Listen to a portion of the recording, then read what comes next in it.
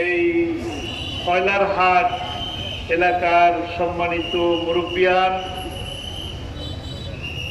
পর্দার আড়ালে মা ও বোনেরা, আমার মাইকের আওয়াজ যে পর্যন্ত যাচ্ছে তাদের সকলকে আসসালামু আলাইকুম ওয়া রাহমাতুল্লাহি ওয়া বারাকাতুহু।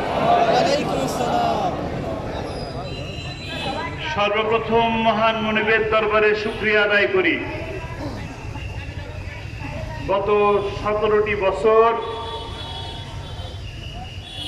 জগদ্দল পাথরের মতন বুকের উপর চেপে থাকা জালিমের বিদায়ের পর এই বৃষ্টিস্নাত সন্ধ্যায় আপনাদের সকলের সামনে উপস্থিত হয়ে কথা বলার যে মহান মুনিব আমাদেরকে সুযোগ করে দিলেন, সেই মহান আল্লাহ রাব্বুল আলামিনের দরবারে শুকরগুজার আদায় করছি। বলি আলহামদুলিল্লাহ,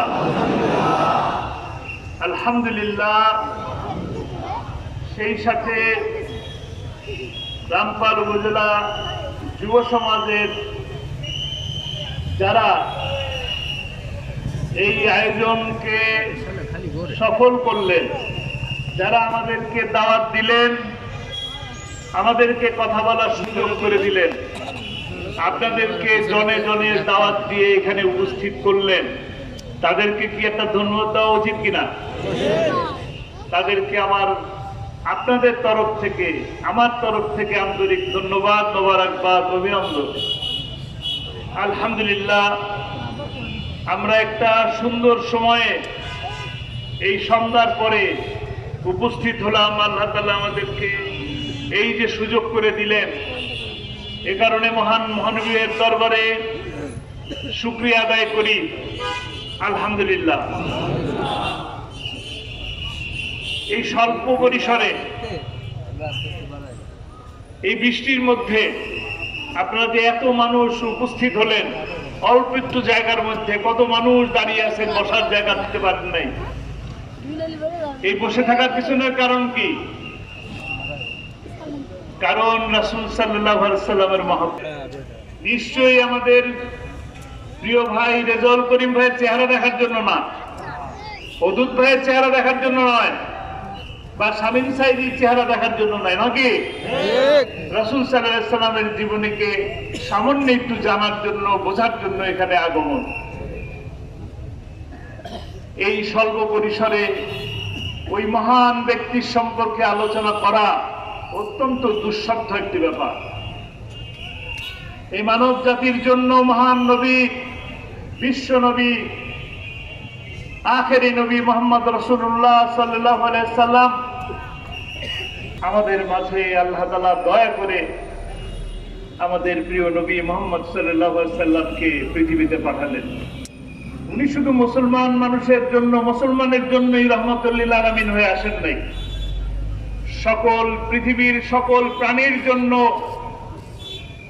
সকল মানুষের জন্য, সকল প্রাণীর জন্যই তিনি রাহমাতুল লিল আলামিন।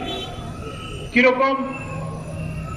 তিনি পৃথিবীতে এসেছেন এবং বলেছেন, একটা গাছ প্রয়োজনের বাইরে একটা গাছ কেটো না, একটা গাছের পাতাও ছিল না, কারণ এই গাছের পাতাটাও আল্লাহর জিকির করে। গাছের জন্য কি রহমত হলো কিনা? তেমনি ভাবে প্রাণীর জন্য তিনি রহমত স্বরূপ আসলেন। একদিন নবী করিম সাল্লাল্লাহু আলাইহি সাল্লাম রাস্তা দিয়ে হেঁটে যাচ্ছেন, একটা উট, অত্যন্ত রুগ্ন একটি উট আল্লাহ রসুলের সামনে এসে হাজির হয়ে গেলেন। উটটি আল্লাহ রসুলকে দেখে চোখের পানি ছেড়ে দিল। উটটি চিনে ফেলছেন এটা আল্লাহ রসুল। তার এই রুগ্ন দশা দেখে সাহাবীদেরকে বললেন, এই উটের মালিককে, তাকে ডেকে নিয়ে আসো। সেই উটের মালিককে ডেকে নিয়ে আসা হলো। উটের মালিক সামনে আসলেন,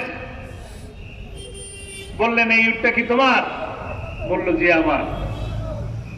এই উটটা দিয়ে উটের চোখের পানি আমাকে বুঝিয়ে দিয়েছে, উটের পানির ভাষা দিয়েছে, আমাকে জানিয়ে দিয়েছে যে তুমি এই উটকে দ্বারা কাজ করাও, কর্ম করাও, অথচ তাকে বিশ্রাম দেওয়ার সময় দাও না।